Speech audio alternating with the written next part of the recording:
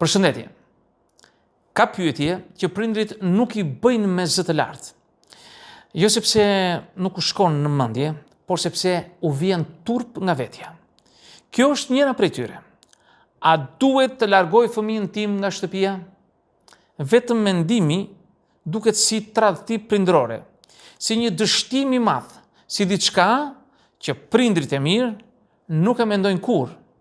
Në realitet, është një pyetje që lind vetëm kur dashuria ka dhimbje, lodhje dhe frikë brenda saj.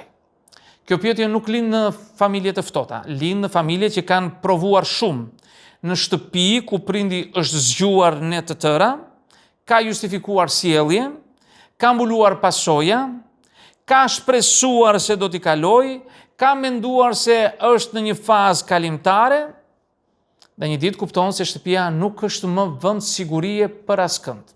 Në jetën reale, ky nuk është fëmia që flet kundër, që ngre zërin apo që nuk dëgjon gjithmonë.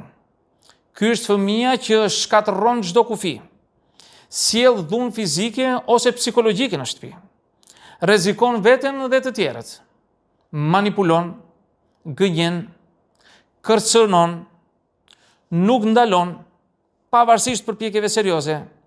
E në këto raste prindi nuk ka përballë një fëmijë të vështirë, por një situatë që po e konsumon gjithë familjen, dhe ky nuk është dështim, është realitet i dhimbshëm.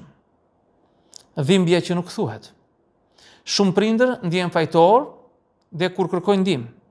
Ndjehen sikur po ekspozojnë familjen, sikur po pranojnë se diçka nuk shkon. Në fakt, ajo që nuk shkon, zakonisht është ideja se dashuria duhet të mjaftojë gjithmonë. Dashuria është e nevojshme, por jo gjithmonë e mjaftueshme. Ka prindër që duan shumë, por nuk dinë si të vendosin kufi. Ka prindër që tremben se çdo kufi do të thotë humbje dashurie. Dhe ka fëmijë që në mungesë të strukturës bëjnë gjithnjë e më të pakontrollueshëm. Kur shtëpia pushon së qeni shtëpi. Një nga shenjat më të rënda psikologjike është kur prindrit fillojnë të kenë frikë në shtëpinë e tyre. Kur vëllezërit e motrat izolohen. Kur çdo ditë është e paparashikueshme. Kur prindi ecën mbi maja gishtash për të shmangur shpërthimin tjetër. E në këtë pikë pyetja nuk është më vetëm te fëmia problematik, është për gjithë sistemin familjar. Largimi si ndëshkim kundër largimit si mbrojtje. Këtu duhet një ndarje e qartë. Largimi si ndëshkim emocional është i dëmshëm. Ai lë plagë të thella dhe zakonisht përkeqëson gjithçka. Por ndarja e përkohshme, e menduar, e strukturuar, ndonjëherë është mënyra e vetme për të ndalur përshkallëzimin.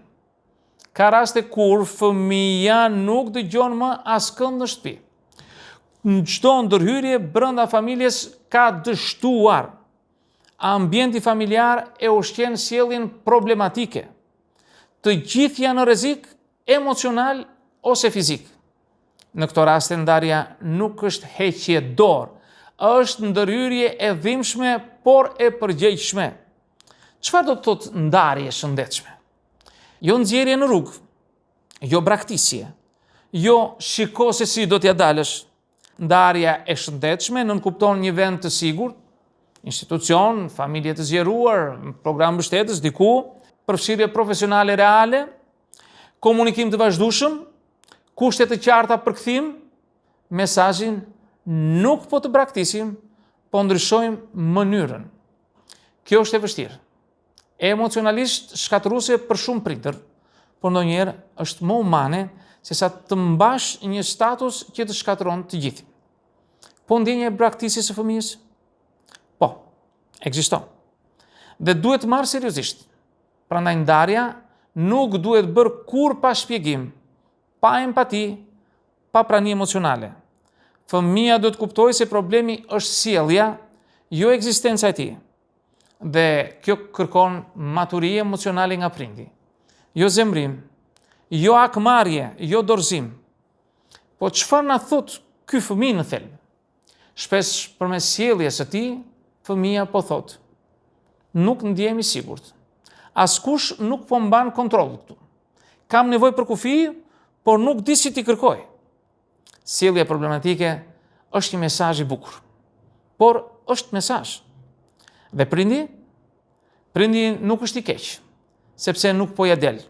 Prindi është njeri, ka kufit e tij, ka frikë, ka lodhje, ka dhe të drejtë të mbrojë veten edhe familjen. Prindërimi nuk është vetë sakrifikim pafund. Është përgjegjësi e balancuar. Por a duhet i largojmë fëmijët problematik nga shtëpia? Jo si zgjidhje të parë, jo nga zemrimi, por për të shpëtuar reputacionin. Por në raste të rënda, si ndërhyrje e menduar, e strukturuar dhe shoqëruar profesionalisht, ndarja e përkohshme mund të jetë akt dashurie e vështirë, po jo braktisje. Pyetja më e ndershme mbetet kjo: apo e mbajmë fëmijën në shtëpi sepse kjo e ndihmon, apo sepse kemi frikë të pranojmë se kjo mënyrë nuk funksionon më? Dhe kjo pyetje nuk ka një përgjigje të lehtë, por ka diçka të domosdoshme, atë që mbron jetën emocionale të të gjithëve. Miq, këtë do të thosha në këtë video, unë falenderoj për vëmendjen. Nëse dëshironi mund të bëni dhe komentet tuaja, por mos harroni asnjëherë të bëni subscribe në kanalin tim për të marrë video tjetër pas here. Dhe në videon tjetër, miru takofshim.